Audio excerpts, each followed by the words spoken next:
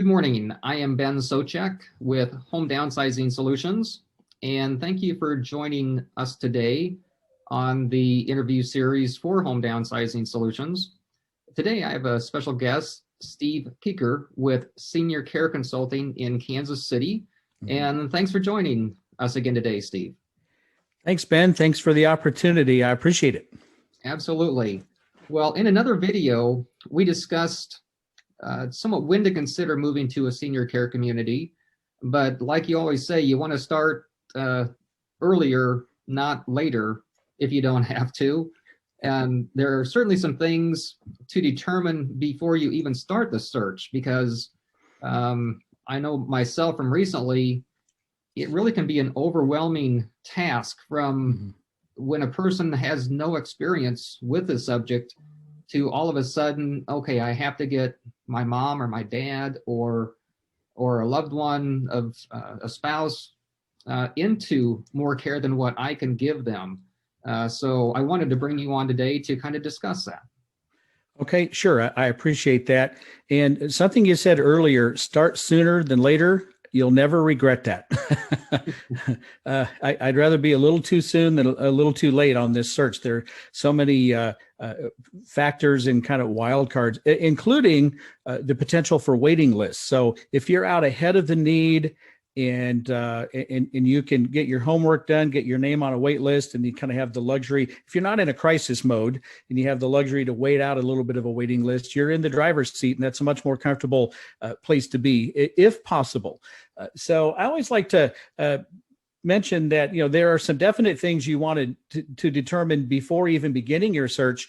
A lot of people with the best of intentions make the huge mistake of saying, okay, yeah, we need a place, so let's go look. And they drive down the street to the neighborhood place, and there's their place that was built about a year ago. It's right by my work, so they'll drive over and check that out. And there's a place by your church, et cetera, et cetera.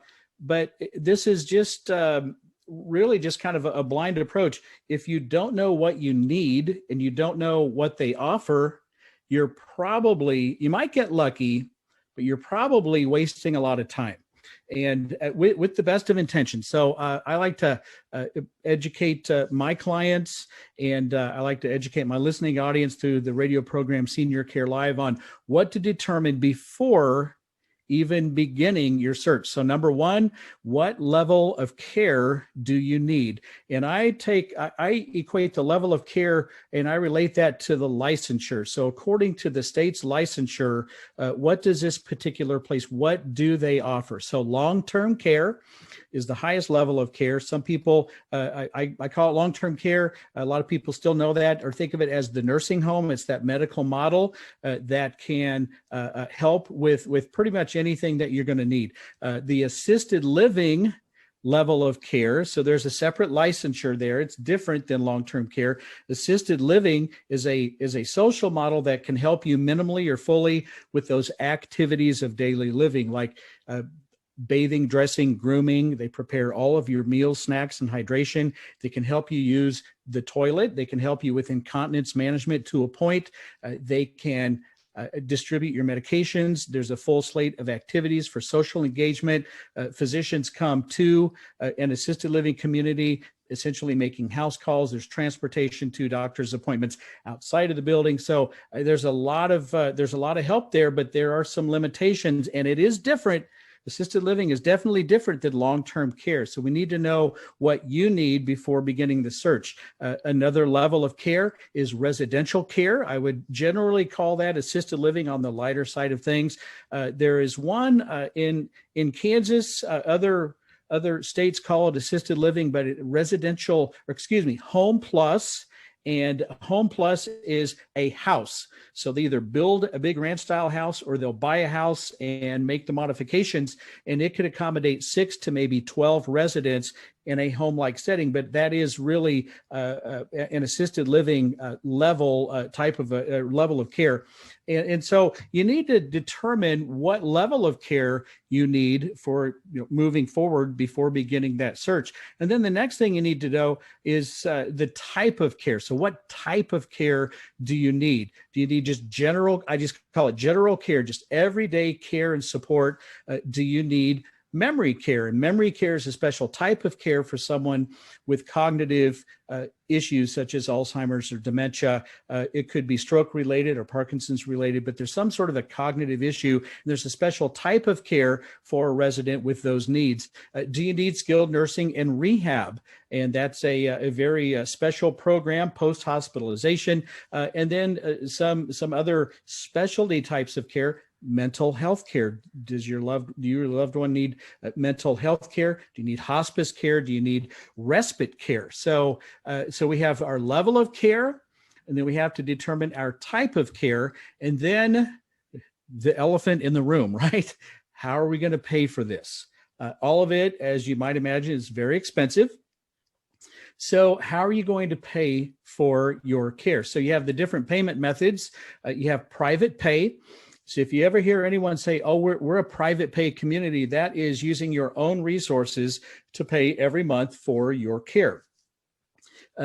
Will you be able to use Medicare to help pay for your care? Will you need to qualify for the Medicaid program? The Medicaid program says that if you should outlive your assets and meet particular qualifications, then the Medicaid program would pay for the majority of the cost of your care at your senior care community. And then sometimes people will have long-term care insurance, and I think only about 5 or 6% of those needing it actually have it. It's one of those insurance contracts that's very specialized, but if you have it and you need it, it is worth its weight in gold. I'm a huge fan of long-term care insurance. And then if you're a veteran or a spouse, a surviving spouse of a deceased veteran, you may qualify for a great benefit from the VA called the VA Aid and Attendance Benefit. So a quick review: what level of care do you need? What type of care do you need? And then how are we going to pay for it? And then the next point, number 4, location. So we all want to be as close as we can possibly be so that it's convenient to stop by and check in on and visit our loved one.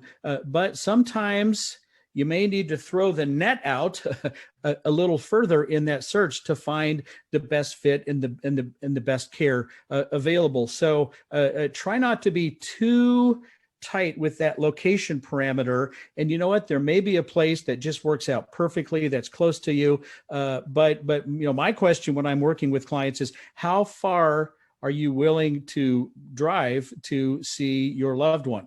And so so just determine that location parameter. And then last one, any personal preferences and needs. So this is something very specific. Usually we don't see this too often, but mother has played piano for the last 50 years. It's just part of her DNA at this point. She loves playing. It'd be great if they had a piano available for mother to play. It would make her really, really happy. So just something that's just very, very specific for you or your loved one. So again, what to determine before you even think about beginning your search: level of care, type of care, payment methods, location parameters, and then any personal preferences and needs. And once you are able to determine this, then you can really focus your visits to some of these communities to determine which one is the best one for you and not waste your time. And again, if you don't do this, it's very common for people to spend 50 to 100 hours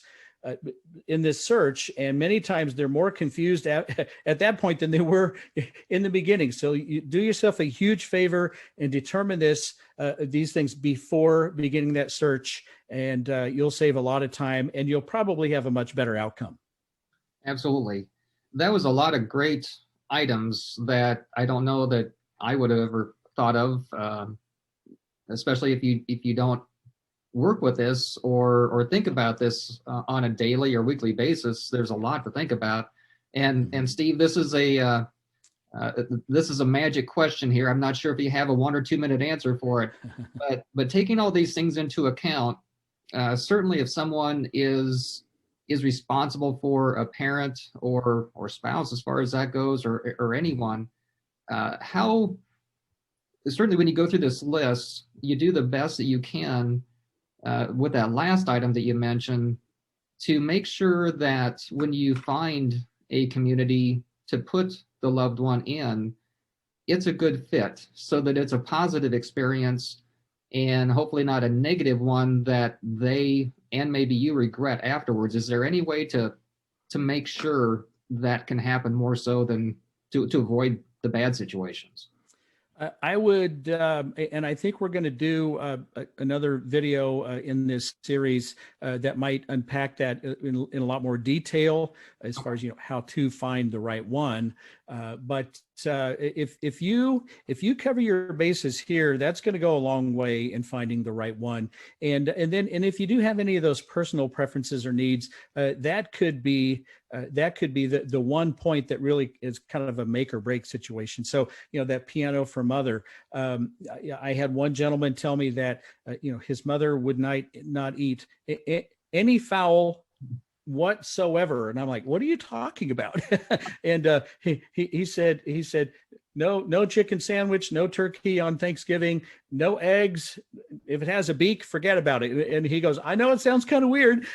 He said, and she won't complain. She just won't eat. And so I said, well, that's really good to explain that to the dietary folks so that they make sure that she has a diet that is to her liking and to her preference. So if mother loves bridge, or dad loves to play pool, or dad loves to get out and he likes that dirt therapy. He likes to do some gardening. So if you find out what your loved one would enjoy and some of these personal preferences and needs, and then make sure the place you choose can address those and fulfill those needs, that will go a long way in making this a successful placement.